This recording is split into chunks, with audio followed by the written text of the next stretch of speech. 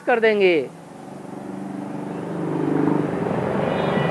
रावण संप्रदाय वाले बच्चे भी हैं जो संगम युग में बाप के आने पर भी भक्ति का फाउंडेशन डालते हैं।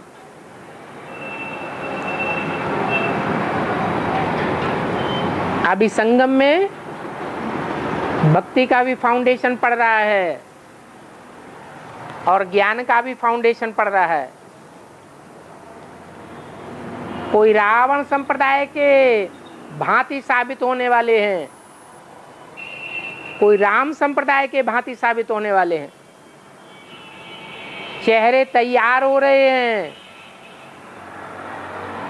कोई राक्षसी चेहरे तैयार हो जाएंगे, अखबारों में भी छप जाएंगे, कोई देवताई चेहरे तैयार हो जाएंगे।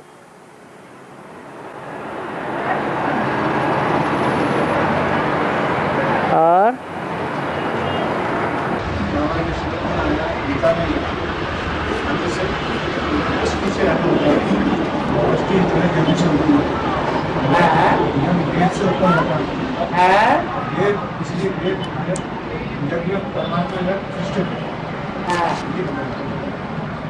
हाँ, तो इसमें न समझ में आने वाली बात कौन सी है? वेद माने ब्रह्मा के मुख से बोली हुई वाणी। हाँ जी, शास्त्र नहीं, वेद पहली चीज है और शास्त्र बाद वाली चीज है।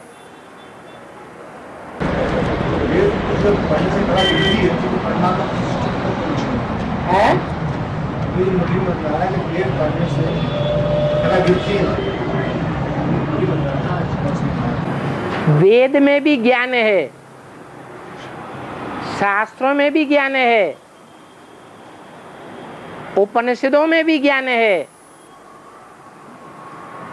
परंतु वो मनुष्यों का बनाया हुआ ज्ञान है। भगवान ने जो ज्ञान दिया है वो ज्ञान भी ऊपर से नीचे की ओर जाता है और शास्त्रों का ज्ञान भी ऊपर से नीचे की ओर जाता है। दुनिया की हर चीज पहले सतो प्रधान ऊपर की होती है और बाद में नीचे जाती है। ज्ञान जल है जो ऊपर से आता है नीचे की ओर जाता है। इसमें कोई नई बात नहीं है।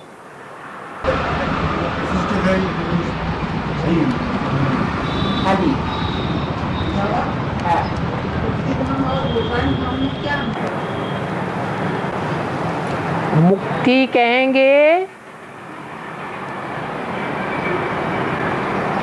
देह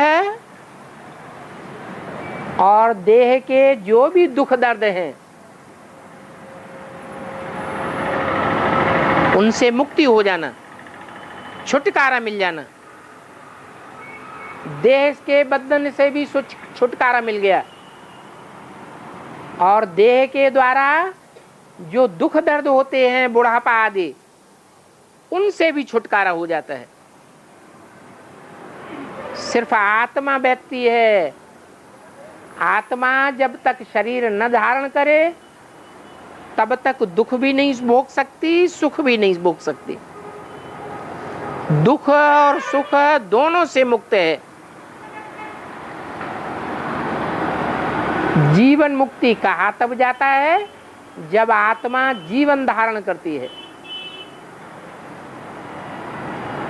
और जीवन इसी दुनिया में धारण किया जा सकता है,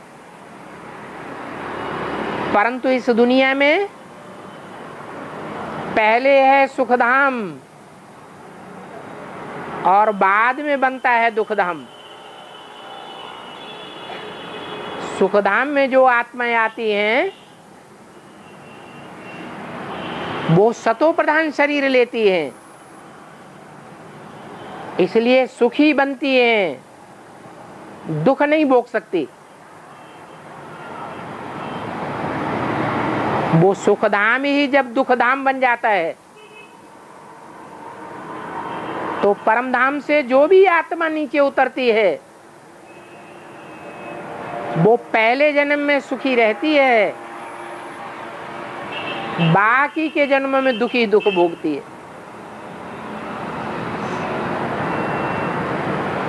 तो उसे जीवन मुक्ति नहीं कहा जा सकता।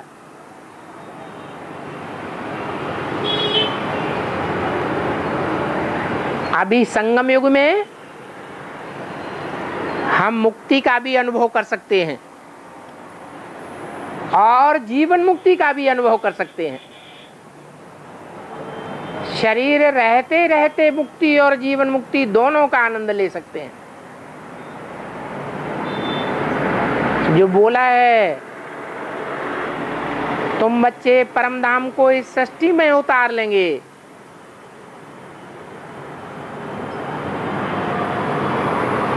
तो ऐसे भी बच्चों का संगठन होगा जो शरीर रहते रहते मुक्ति का अनुभव करेंगे।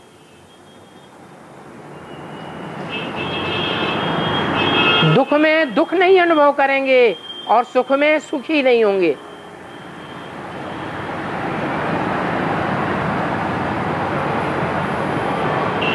जबकि दूसरी ओर विजयमाला की वो आत्माएं भी होंगी जो शरीर रहते रहते सुख अनुभव करेंगी, इस दुनिया में दुख अनुभव नहीं करेंगी।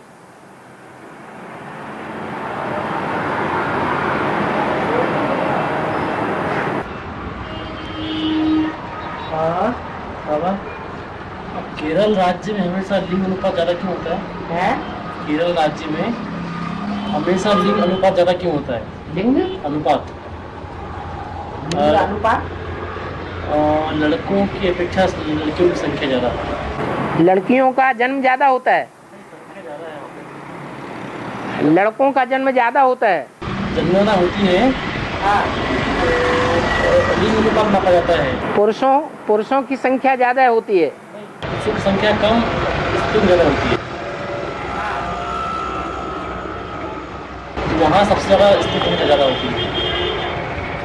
पुरुषों की संख्या कम होती है केरल राज्य में,